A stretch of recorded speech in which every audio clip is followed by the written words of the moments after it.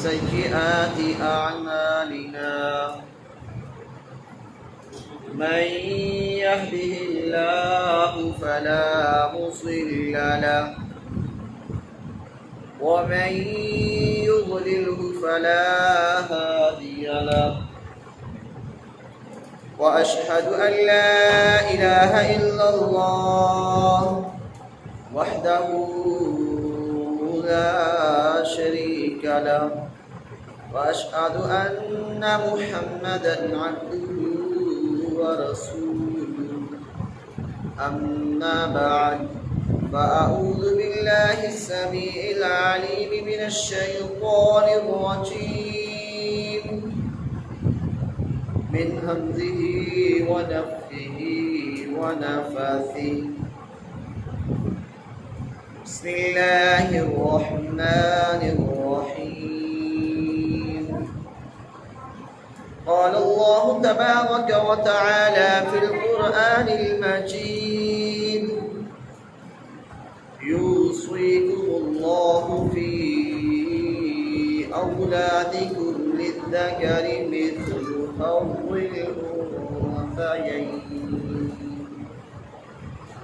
فإن كن نساء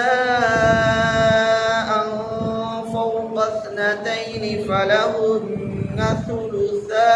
ما ترك وإن كانت واحدة فلها النصف ولأبويه لكل واحد منهما السدس مما ترك إن كان له ولد فإن لم يكن له ولد وورثه أبواه فلأمه الثلث فإن كان له إخوة فلأمه السدس من بعد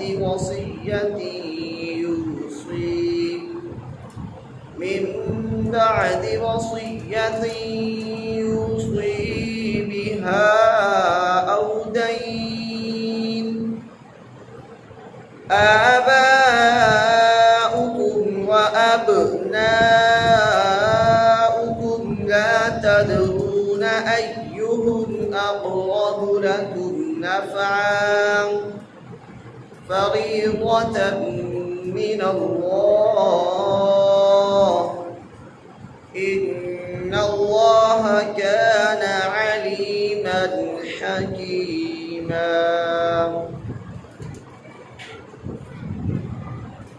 تمام قسم کی حمد و ثنا اللہ عز و جل کے لیے خاص ہے اور انگنت بے شمار لاتعداد درود و سلام ہو ان ہستی اقدس پر کہ جن کا نام نامی اسم گرامی حضرت محمد مصطفیٰ صلی اللہ علیہ وآلہ وسلم ہے۔ اللہ تبارک و تعالی نے آپ کو تمام انسانیت کی طرف مبعوث فرمایا اور آپ کو مبعوث فرمانے کا مقصد یہ تھا کہ انسانوں کو اندھیروں سے نکال کر اجالوں کی طرف لایا جائے، انسانوں کو برائیوں سے نکال کر نیکی کرنے کا حکم دیا جائے، انسانوں کو مختلف خداؤں کی عبادتیں چھوڑ کر صرف ایک خدا کی عبادت پر لگایا جائے۔ آپ صلی اللہ علیہ وسلم جب اس دنیا میں تشریف لائے تو ہر طرف ظلم بربریت تھی اور ایسا ناانصافیاں ہوتی تھی کہ جن کو سوچ کر آج بھی انسان کانپ اٹھتا ہے۔ اور ان تمام کی تمام برائیوں میں سے میں ایک برائی کا آج تذکرہ کروں گا جو کہ عرب معاشرے کے اندر بھی پایا جاتا تھا اور آج کہیں پر غلطی سے اور کہیں پر جان بوجھ کر وہ ہمارے معاشرے کے اندر بھی موجود ہے۔ بہت زیادہ نہ صحیح، لیکن اگر بہت کم کہا جائے تو ایسا بھی نہیں ہے۔ یہ ایسی برائی ہے جو تقریباً تمام کے تمام مسلمانوں کے اندر موجود ہے، اور خاص طور پر ہمارے پاک و ہند میں، پاکستان میں اور جو ایشیائی ممالک ہیں، یہاں پر یہ برائی بکثرت پائی جاتی ہے۔ اور تو اور انسانوں کو اپنے حقوق کا بھی علم نہیں ہے جو اللہ تبارک و تعالی نے ان کے لیے مقرر فرمائے ہیں۔ بہت سے خطباء آتے ہیں، بہت سے واعظین آتے ہیں، وہ اپنی بات کو بیان کرتے ہیں، لیکن میں کوشش کروں گا کہ آج میں ایک چھوٹے سے نقطے کو بیان کروں، ایک چھوٹے سے عمل کو بیان کروں جو دور جہالیت میں بھی تھا اور آج بھی موجود ہے۔ یہ ایسا مرض ہے کہ جسے جڑ سے اکھاڑ کر پھینکنے کی ضرورت ہے۔ یہ ایسی بات ہے کہ جس کے اوپر جیسے آپ صلی اللہ علیہ وسلم نے حکم دیا تھا ویسا ہی عمل میں کرنے کی کوشش ضروری ہے۔ ہم میں سے بعض لوگ اس کے اوپر عمل تو کرتے ہیں، لیکن وہ تب عمل کرتے ہیں جب حقدار کو اس کے حق کی ضرورت ہی نہیں رہتی۔ کئی دفعہ تو ایسا ہوتا ہے کہ یہ حق جب حقدار تک پہنچتا ہے تو اس کی تمام خواہشیں، اس کی تمام ضروریات ختم ہو چکی ہوتی ہیں، اور وہ آخرت کے سفر کی طرف بعض اوقات گامزن ہو چکا ہوتا ہے، اس دنیا سے چلا گیا ہوتا ہے۔ اور پھر فائدہ کس کو ہوتا ہے؟ فائدہ اس کی نسلوں کو ہوتا ہے، جن کو اس مال کی اس قدر نہ ہو۔ تو بات یہاں پر وراثت کی ہو رہی ہے۔ اللہ تبارک و تعالی نے قرآن مجید کے اندر واضح طور پر اس حکم کو مکمل تفصیل کے ساتھ بیان فرما دیا۔ آپ صلی اللہ علیہ وسلم نے بھی اس عمل کو لوگوں کے سامنے کر کے دکھلا دیا اور لوگوں کو اس کا حکم بھی دے دیا۔ دور جہالت کے اندر کچھ یوں ہوتا تھا کہ جو فوت ہونے والا فوت ہوتا تھا تو پھر اس کے جو بیٹے ایسے ہوتے تھے جو جنگ کرنے کے قابل ہوتے تھے، طاقتور ہوتے تھے، وہ اس تمام کے تمام مال کو جو ان کے والد نے چھوڑا ہوتا تھا ورثہ میں، اس کے اوپر قبضہ کر لیتے تھے۔ جیسا کہ آج بھی ہمارے یہاں پر ہو رہا ہے کہ تمام کے تمام جو فوت ہونے والے کے بیٹے ہوتے ہیں وہ مال و دولت پر قبضہ کر لیتے ہیں، اور اس کے علاوہ ان کے اندر ایسا بھی ہوتا تھا کہ اگر فوت ہونے والے نے متروکے میں اپنی دوسری بیویاں چھوڑی ہیں جو اس بیٹے کی حقیقی مائیں نہیں ہیں تو وہ ان سے نکاح بھی کر لیا کرتے تھے، انہیں اپنے استعمال میں لے آیا کرتے تھے۔ اور اگر فوت ہونے والا متروکے میں اپنی بیٹیوں کو چھوڑتا تھا تو جو اس کے بھائی ہوتے تھے وہ ان کے اوپر بھی اپنا حصہ جتا دیتے تھے، انہیں بھی اپنا مال سمجھتے تھے جو ان کے والد نے ان کے لیے چھوڑا۔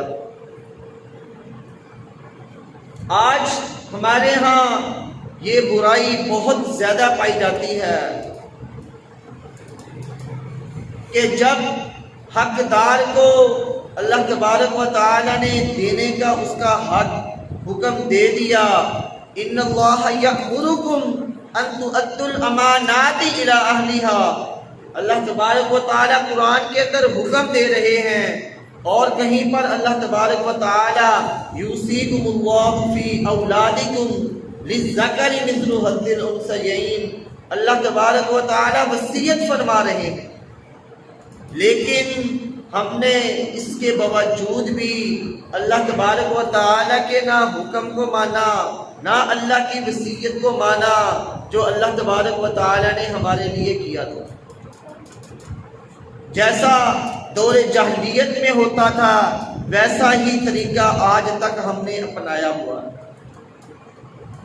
تو میرے بھائیوں اور میری معزز ماؤں بہنوں،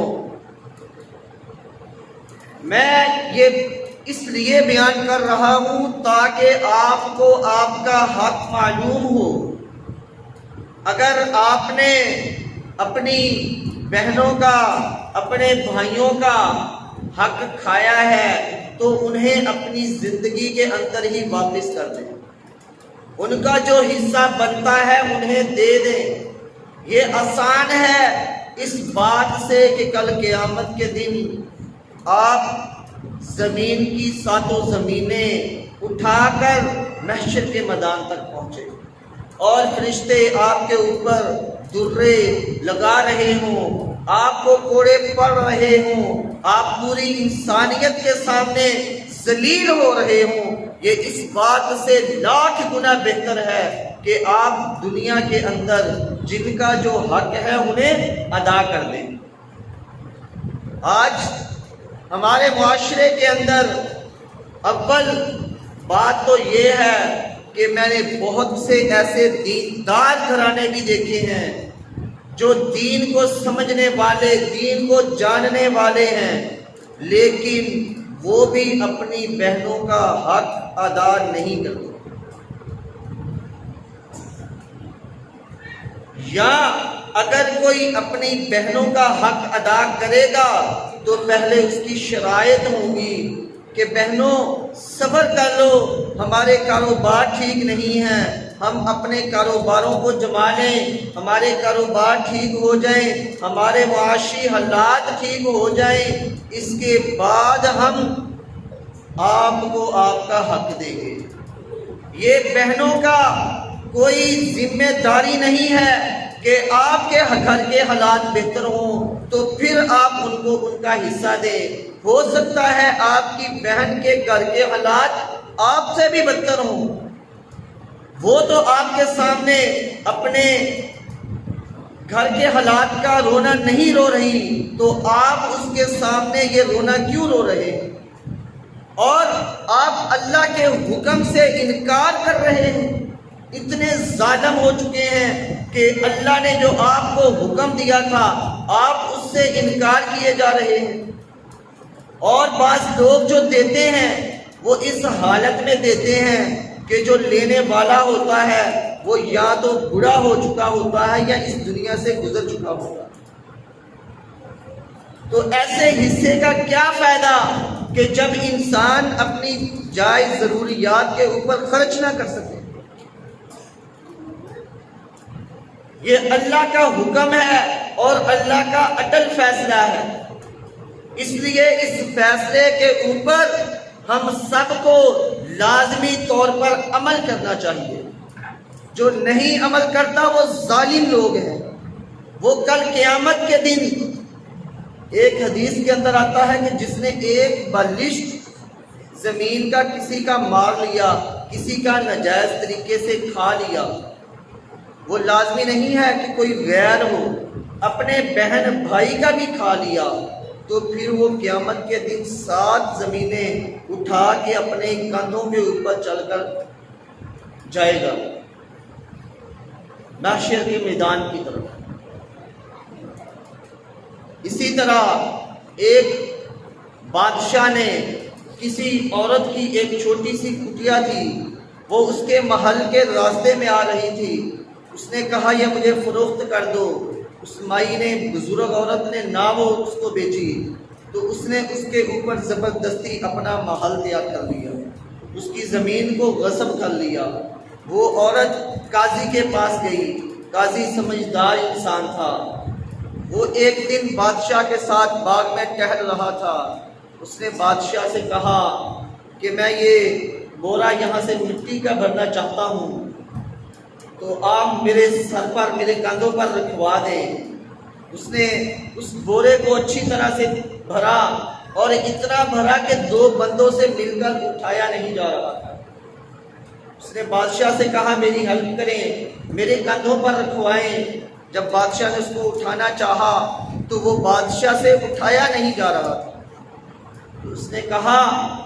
کہ اے بادشاہ سلامت، آپ نے اس فلاں عورت کا حق غصب کیا، کل قیامت کے دن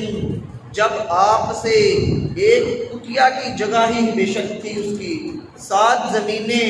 آپ کے کاندھوں پر رکھ دی جائیں تو کیا آپ چل پائیں گے؟ بادشاہ کو سمجھ آ گئی کہ میں نے جس عورت کا حق کھایا تھا یہ اسی کی بات کر رہا ہے۔ بادشاہ کے دل کو لگی، اس نے اپنا تمام کا تمام محل اس عورت کو دے دیا اور اس عورت سے معافی بھی مانگی کہ مجھے معاف کر دے۔ آج ہم سالہ سال گزار دیتے ہیں لیکن اپنے جو گھر والے ہوتے ہیں، جو حقدار ہوتے ہیں، ان کو ان کا حق ادا نہیں کیا جاتا۔ وَآتُوا حَقَّهُ يَوْمَ حَصَادِهِ، جس دن کاٹنے کا دن ہو اسی دن ان کو ان کا حصہ دینا چاہیے، ان کا حساب دینا چاہیے۔ یہ نہیں ہے کہ فصل پک کر تیار ہو گئی، آپ گھر لے گئے، پورا سال اس کو استعمال کیا، پھر اس کے بعد اگر اگلی فصل تیار ہے تو آپ ان کو ان کا حصہ دے دیں کہ اب ہماری تو اگلی فصل تیار ہو گئی ہے، کوئی بات نہیں، ہماری اگلی فصل سے ہمارا سال گزر جائے گا، تو ہم اس حقداروں کو ان کا حق پھر اگلے سال دیں گے۔ تو یہ ظلم ہے۔ تو اس چیز سے اللہ تبارک و تعالی نے منع فرمایا ہے۔ اور میری وہ مائیں بہنیں جو اپنا حصہ ان کو پتہ ہے کہ یہ ہمارا حق ہے، ہمارے والدین کا تھا، آج ہمارے بھائی استعمال کر رہے ہیں، تو انہیں بھی چاہیے کہ وہ اپنا حق لے، ورنہ کل قیامت کے دن صرف ان کے جو بھائی یا والدین جو بھی ان کے بڑے ہیں، چاچا نے، ماما نے، جس نے بھی غصب کیا ہوا ہے ان کا مال، وہ کھا رہا ہے، دنیا میں بھی وہ عیاشی کر رہا ہے، اور آخرت میں بھی وہ کل قیامت کے دن کہہ دے کہ یا رب، نہ تو میری بہن نے، نہ میری بھانجی نے، کسی نے میرے سے ان کے مال کا مطالبہ نہ کیا۔ تو انہیں بھی چاہیے، میری ماؤں بہنوں کو، کہ وہ اپنے حق کا مطالبہ کریں، چاہے وہ اپنے خامد کو نہ دیں، اس مال سے اپنی تجارت کریں، اپنا کاروبار شروع کر دیں، کسی کاروبار میں لگا دیں، اس کے نفع کو اپنے ذاتی اخراجات کے لیے استعمال کریں، لیکن اپنا حق کبھی نہ چھوڑیں۔ اگر آپ اپنا حق دنیا میں چھوڑ دیتے ہیں تو پھر جو ظلم کرنے والا ہے، جو ظلم کو روکتا نہیں، دونوں ظالم ہیں قیامت کے دن۔ تو اس لیے اپنے اوپر ہونے والے اس ظلم کو روکیں، اور اللہ تبارک و تعالی کسی کے اوپر ظلم نہیں کرتا۔ اللہ تبارک و تعالی نے قرآن مجید کے اندر حقوق بیان کرتے ہوئے فرمایا لِلذَّكَرِ مِثْلُ حَظِّ الْأُنثَيَيْنِ، کہ 2 مؤنثوں کے برابر، 2 لڑکیوں کے برابر ایک لڑکے کو ملے گا۔ اللہ تبارک و تعالی نے انہیں یہ حقوق مرد کو زیادہ دیا۔ اس کی وجہ کیا ہے؟ اس کی وجہ یہ ہے کہ جب مرد نکاح کرتا ہے تو وہ حق مہر بھی ادا کرتا ہے، اور عورت کے اوپر کوئی ایسا معاملہ نہیں ہوتا کہ اس نے ذمہ داری نہیں نبھانی ہوتی، اسی لیے اللہ تبارک و تعالی نے اسے مال میں سے نصف کا حکم دیا، نصف سے زائد اس کے بھائیوں کے لیے ہے۔ اگر 1 لاکھ روپیہ ہے تو اس میں سے 2 بہنیں ہیں تو 2 بہنوں کو 25-25 ہزار ملے گا، بھائی کو 50 ہزار ملے گا، جتنا 2 بہنوں کا حق تھا اتنا ایک بھائی کو مل گیا۔ تو اس میں اللہ تبارک و تعالیٰ کی طرف سے کوئی ظلم نہیں ہے، بلکہ یہ عین انصاف کی بات ہے۔ آج بھی ہمارے معاشرے کے اندر یہ رسم، یہ جہالت عام موجود ہے، اس لیے تمام احباب یہ کوشش کریں اپنے رشتہ داروں کے اندر، اپنے عزیز و اقارب کے اندر جہاں پر بھی یہ ظلم ہوتا ہے ان تک اس بات کو پہنچائیں کہ بھائی، میری بہن، میری بیٹی، آپ نے اپنے اوپر ظلم نہیں کرنا۔ جب اللہ تبارک و تعالی نے آپ کا حصہ مقرر کیا ہے تو آپ کو چاہیے کہ اپنا حصہ لو۔ اس حصے کا وہ عورت کیا کرتی ہے یہ اس کی ذمہ داری ہے، چاہے وہ صدقہ خیرات کر دے، چاہے وہ اپنے خامد کو دے دے، چاہے وہ اپنے بیٹوں کے اندر تقسیم کر دے، یہ پھر بعد میں اس کا اپنا معاملہ ہے، لیکن اپنا حق پہلے لینا چاہیے۔ اللہ تبارک و تعالی نے قرآن مجید کے اندر واضح طور پر فرمایا للرجال نصیب مما ترک الوالدان والاقربون وللنساء نصیب مما ترک الوالدان والاقربون مما قل منه او کثر نصیبا مفروضا۔ ماں باپ اور عزیز و اقارب کے ترکہ میں مردوں کا بھی حصہ ہے اور عورتوں کا بھی۔ جو مال ماں باپ اور عزیز و اقارب چھوڑ مرے، خواہ وہ مال کم ہو یا زیادہ، اس کے اندر نصیب مفروضہ حصہ مقرر کیا گیا۔ یہ نہیں ہے کہ اگر مال زیادہ ہے تو تب ہی حصے تقسیم ہوں گے، اگر مال کم ہے، خواہ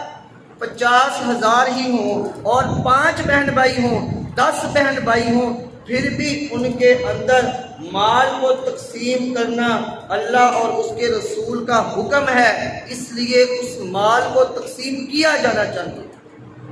جو نہیں کرتے وہ بھی ظالم ہیں، اور ایسے لوگ بھی ظالم ہیں جو اپنی زندگی کے اندر اپنے مال کو اپنے بیٹوں کے نام کر دیتے ہیں تاکہ ہمارے دنیا میں جانے کے بعد ہماری بیٹیاں اس کا مطالبہ نہ کر سکیں۔ میں سمجھتا ہوں یہ سب سے بڑے ظالم ہیں جو اپنے بیٹوں کو زندگی کے اندر ہی دے دیتے ہیں اور بیٹیوں کو زندگی کے اندر ہی محروم کر دیتے ہیں، اور پھر بعد میں بھائیوں سے اگر حصے کا مطالبہ بہنیں کر لیں تو ان کے منہ بن جاتے ہیں، وہ بہنوں کو بلانا چھوڑ دیتے ہیں، ان کے گھر میں آنا جانا ترک کر دیتے ہیں، ان کے ساتھ تعلقات ختم کر دیتے ہیں۔ او بھائی، آپ نے اللہ کا حکم ماننا ہے اور بہنوں کے ساتھ اچھی طرح سے پیش آنا، ان کے ساتھ صلہ رحمی کرنا، یہ بھی اللہ کا حکم ہے، اور اپنے وراثت کو تقسیم کرنا یہ بھی اللہ کا حکم ہے۔ آپ کو چاہیے کہ آپ وراثت کو بھی تقسیم کریں اور اپنی بہنوں کو جیسے آپ پہلے ملتے تھے ویسے ہی ملیں تاکہ کل قیامت کے دن آپ سرخرو ہو سکیں۔ اگر آپ دنیا کے اندر کسی کے کروڑوں بھی کھا جاتے ہو تو اس میں کیا کرو گے؟ کتنا تو نقصان کر لو گے؟ تم نے بھی مر جانا ہے، تمہاری بہنوں میں بھی دنیا سے چلے جانا ہے، تو پھر کل قیامت کے دن اگر تمہاری ساری نیکیاں اٹھا کر تمہاری بہنوں کے کھاتے میں ڈال دی جائیں اور تمہیں جہنم میں پھینک دیا جائے تو پھر بتاؤ تمہارا اس دنیا میں مال کھانا، تمہارا اس دنیا کے اندر زندگی گزارنا تمہارے کس کام کا؟ تمہارا صدقہ خیرات بھی قبول نہیں، کیونکہ تم کسی کا حق کھا کے، کسی کا مال کھا کے اس میں سے اگر لاکھوں بھی صدقہ کر دو تو اللہ تبارک و تعالیٰ کے ہاں تمہارے صدقے کی ذرہ برابر حیثیت نہیں۔ ہاں، انسان اپنی زندگی کے اندر وصیت کر سکتا ہے، 1/3 مال اللہ کی راہ میں خرچ کر سکتا ہے، وہ مال چاہے تو ایسے خرچ کر دے کہ میں نے فلاں مدرسے میں دینا ہے، میری زندگی ختم ہونے کے بعد میرے مال کا اتنا حصہ 50 60 لاکھ 2 لاکھ جتنا بھی آپ کی مال آپ کو پتہ ہے، لیکن اتنا مال بھی اللہ کی راہ میں صدقہ نہیں کرنا زیادہ کہ آپ کے گھر والے مفلس ہو جائیں اور آپ وصیت کر جائیں کہ میرا سارا مال اللہ کے راہ میں خرچ کر دی جائے، تو ایسی وصیت بھی اسلام میں قابل قبول نہیں ہے۔ ایسی وصیت کے اوپر بھی اسلام نے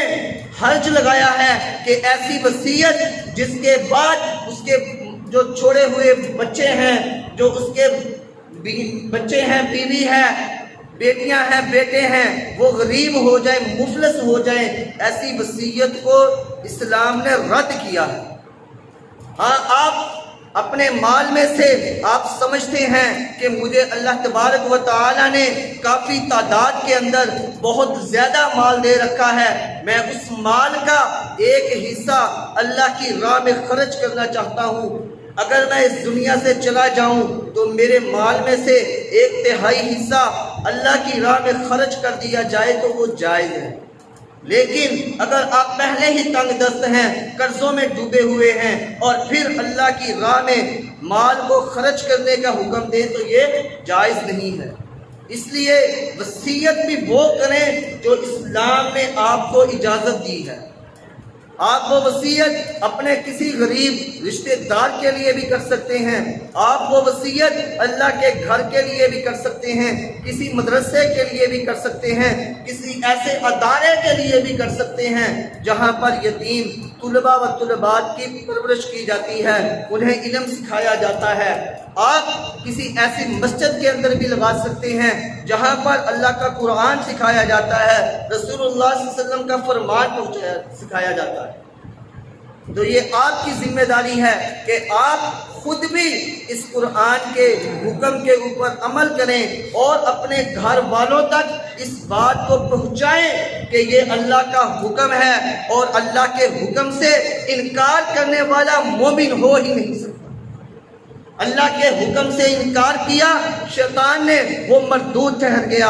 اور اللہ کے حکم سے جو انکار کرتے ہیں ہم دنیا میں انہیں کافروں کے نام سے جانتے ہیں، مجوسیوں کے نام سے جانتے ہیں، عیسائیوں کے نام سے جانتے ہیں۔ اگر پھر بھی آپ اللہ کے حکم کو اپنے نفس کے، اپنی جان کے، اپنے آپ کا حکم بڑا سمجھتے ہیں تو پھر اپنا محاسبہ کیجئے، کیا آپ مسلمان ہیں؟ اگر آپ مسلمان ہیں تو پھر آپ کو اللہ اور اس کے رسول کا حکم ماننا پڑے گا۔ اگر آپ اپنے آپ کو مسلمان سمجھتے ہیں تو پھر کوئی ایسی وصیت نہ کریں، اپنی زندگی کے اندر اپنے مال کو اپنے بیٹوں کے اندر تقسیم نہ کریں، بلکہ اللہ تبارک و تعالی نے قانون بنایا ہوا ہے، آپ کے دنیا سے جاتے ہی آپ کے اولاد اپنے جو مال ہوگا آپ کا چھوڑا ہوا متروکہ ہوگا اسے قرآن و حدیث کے روشنی میں خرچ کر لیں گے، اسے تقسیم کر لیں گے۔ آپ کو اللہ کے ہاں گناہ گار ہونے کی ضرورت نہیں ہے۔ ہاں، اگر آپ میں سے کوئی چاہتا ہے کہ میں اپنی زندگی کے اندر ہی مال و دولت کو تقسیم کر لوں تو پھر اس کے لیے اللہ کے رسول صلی اللہ علیہ وسلم نے طریقہ بتلا دیا۔ جیسا کہ آپ صلی اللہ علیہ وسلم کے پاس ایک صحابی آئے اور فرمایا کہ یا رسول اللہ صلی اللہ علیہ وسلم، میں اپنے اس بیٹے کو یہ غلام ہدیہ کرتا ہوں، آپ اس کے اوپر گواہ بن جائیے۔ آپ صلی اللہ علیہ وسلم نے فرمایا ٹھیک ہے۔ جب وہ جانے لگا، پلٹنے لگا، تو آپ صلی اللہ علیہ وسلم نے اسے واپس بلایا۔ آپ صلی اللہ علیہ وسلم نے پوچھا کیا تیرے اور بھی بچے ہیں، کیا تیری اور بھی اولاد ہے؟ اس نے فرمایا ہاں یا رسول اللہ، میری اور بھی اولاد ہے۔ تو آپ صلی اللہ علیہ وسلم نے فرمایا میں ظلم کے اوپر گواہ نہیں بنتا۔ پھر اس کا طریقہ یہ ہے کہ آپ نے اگر اپنے کسی ایک بچے کو تحفہ دینا ہے، وراثت کو تقسیم کرنا ہے، تو پھر برابری کی بنا پر کیا جائے گا، وہ پھر تحفتاً تقسیم ہوگی، وہ وراثت نہیں ہوگی، کیونکہ وراثت تقسیم ہوتی ہے مرنے کے بعد، اور جو زندگی کے اندر تقسیم ہوتا ہے وہ تحفے ہوتے ہیں۔ جب ہم کسی کے پاس جاتے ہیں تحفہ لے کر جاتے ہیں، جو ہمارے پاس آتا ہے ہمارے لیے تحفہ لے کر آتا ہے، وہ تحفے ہوتے ہیں جو ہم زندگی کے اندر تقسیم کر سکتے ہیں۔ تو پھر وہ مال چاہے لڑکی ہو، چاہے لڑکا ہو، چاہے چھوٹا ہو، چاہے بڑا ہو، جو بھی ہو، ان سب کے اندر برابری کی بنا پر تقسیم کیا جائے گا۔ اور جو والدین ایسی وصیت کر جائیں جو اسلام کے اندر جائز نہیں ہے، اس کو رد کر دیں، اس کو وصیت کو ٹھکرا دیں، اس کے اوپر عمل نہ کرنا یہ آپ کا حق ہے۔ آپ اپنے والدین کو گویا کہ گناہ سے بچا رہے ہیں، عذاب سے بچا رہے ہیں اپنے والدین کو، اگر آپ ان کی ایسی بات کے اوپر عمل نہ کریں جو قرآن و حدیث کے اندر موجود نہ ہو۔ اللہ تبارک و تعالی سے دعا ہے کہ اللہ تبارک و تعالی اس مسئلہ کو صحیح طرح سے سمجھ کر ہم سب کو اس کے اوپر عمل پیرا ہونے کی توفیق عطا فرمائے۔ وآخر دعوانا ان الحمد للہ رب العالمین۔